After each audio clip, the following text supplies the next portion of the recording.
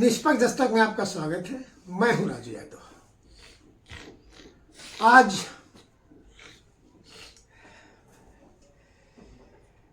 निष्पक्ष दस्तक में आपका स्वागत है। मैं हूं राजू यादव।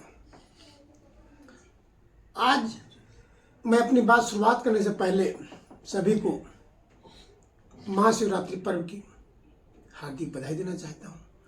आज शिव शक्ति का दिन है। शिव शक्ति एक दूसरे के पूरक है।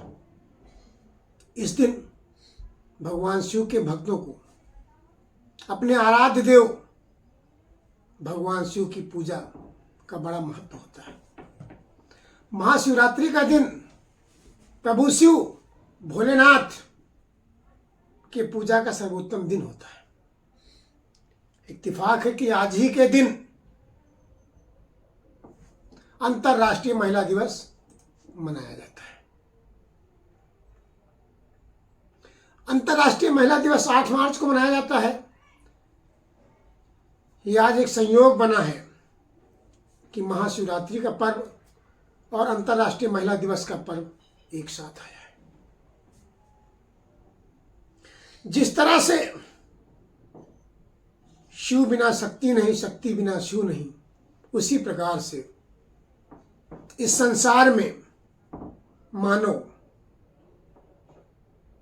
मनुष्य, पुरुष और महिला एक दूसरे के पूरक हैं।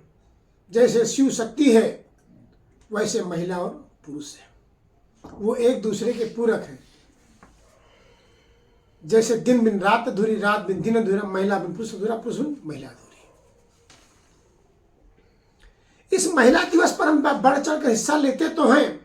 उस दिन बड़े उत्साह से मनाते हैं महिला दिवस, लेकिन दिन बीतने के बाद भूल जाते हैं।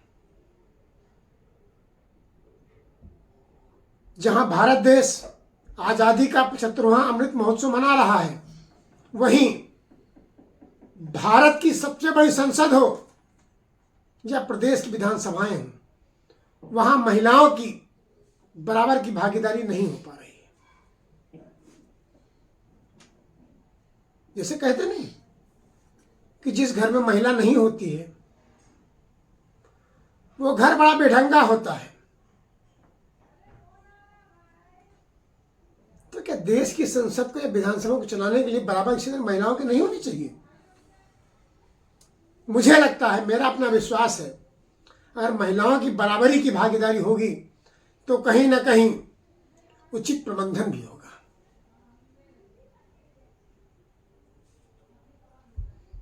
जैसा कि कई लोगों ने सुना भी है कि जब एक महिला शिक्षित होती है, एक लड़की शिक्षित होती है, तो एक परिवार शिक्षित होता है।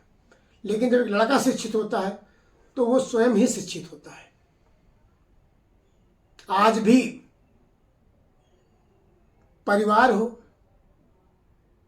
समाज हो, राज्य हो, राष्ट्र हो, महिलाओं की बराबर की भागीदारी नहीं हो पा रही है। अभी कुछ दिनों पहले विधानसभा संसद में महिलाओं के लिए 33% आरक्षण की बात की जा रही है, लेकिन मुझे लगता है 33% आरक्षण की बात कम है। उन्हें कम से कम 50% की भागीदारी देनी चाहिए। जब हम एक दूसरे के पूरक हैं तो क्यों ना बराबर की हिस्सेदारी मिले। मेरा अपना मानना है, मेरा अपना व्यक्तिगत विचार है कि महिलाएं पुरुषों से कहीं आगे हैं, जगत जननी है। महिलाओं के कई रूप होते हैं, मां का, बेटी का, बहन का, बीबी का। हर तरह से वो समाज के लिए कार्य करती है, विकास के लिए कार्य करती है। आपने ये भी सुना होगा कि किसी भी पुरुष की तरक्की के पीछे एक महिला का हाथ होता है। लोग ये क्यों नहीं कहते हैं कि एक महिला की तरक्की के पीछे पुरुष का हाथ होता है? ऐसा भी तो कहा जा सकता है, लेकिन हमारे समाज में शायद वो व्यवस्था नहीं है। हम एक ही दिन को क्यों रखें कि आज महिला दिवस मनाएं और भूल जाएं? ऐसा नहीं होना चाहिए। हमें हमेशा महिलाओं को सम्मान की दृष्टि से देखना चाहिए और आगे बढ़ना चाहिए। बिना महिला सम्मान के स्थिति स्पष्ट नहीं हो सकती है। अब आगामी कुछ समय में लोकसभा चुनाव होने हैं। लोकसभा चुनाव में हमें महिलाओं के प्रति बढ़ चढ़ कर हिस्सा लेना चाहिए और सारी पार्टियों को उन्हें अधिक से अधिक टिकट देना चाहिए। 2019 के लोकसभा चुनाव में जहां पुरुषों ने 67.02% मतदान किया था, वहीं महिलाओं ने 67.1% मतदान रहा है। 2024 के लोकसभा चुनाव में पुरुष मतदाता 49.7 करोड़, वहीं महिला मतदाता 47.1 करोड़ रहेंगी। 2019 के लोकसभा चुनाव बाद लोग कहते हैं महिलाएं, लोकसभा चुनाव के बाद महिलाओं की मतदाता संख्या बढ़ी है अपेक्षा पुरुषों की। आगामी लोकसभा चुनाव के लिए जहां नए मतदाता पुरुष 3 करोड़ बने हैं, वहीं महिला मतदाता 4 करोड़ बनी है। देखिए, यहां भी जहां भागीदारी की बात आती है, जहां देश हित की बात आती है, महिलाएं बढ़ चढ़कर हिस्सा लेती हैं।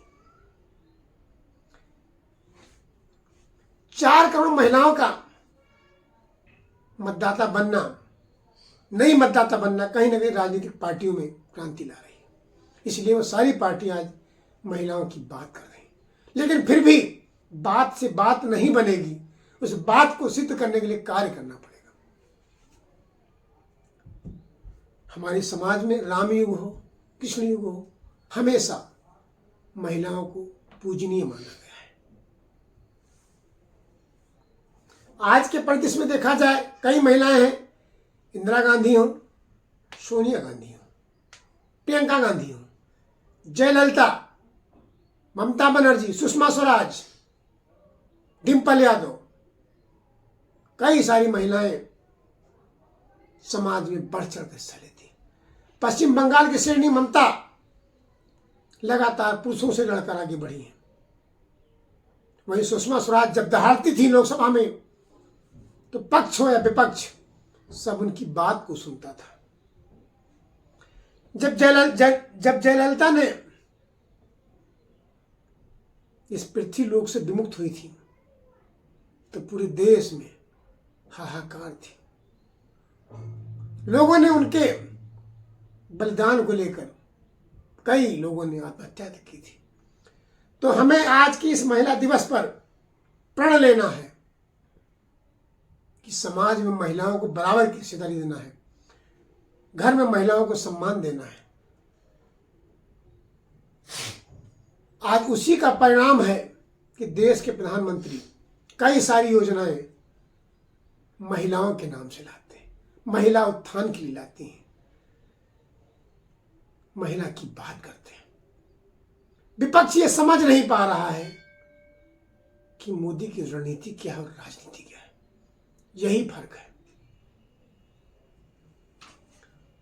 आपको आगे देखकर चलना होगा और यही रीजन है कि सत्ता दल के एक बड़े नेता ने कहा है कि आज विपक्ष कमजोर है, जो देश के लिए कहीं ना कहीं हानिकारक है।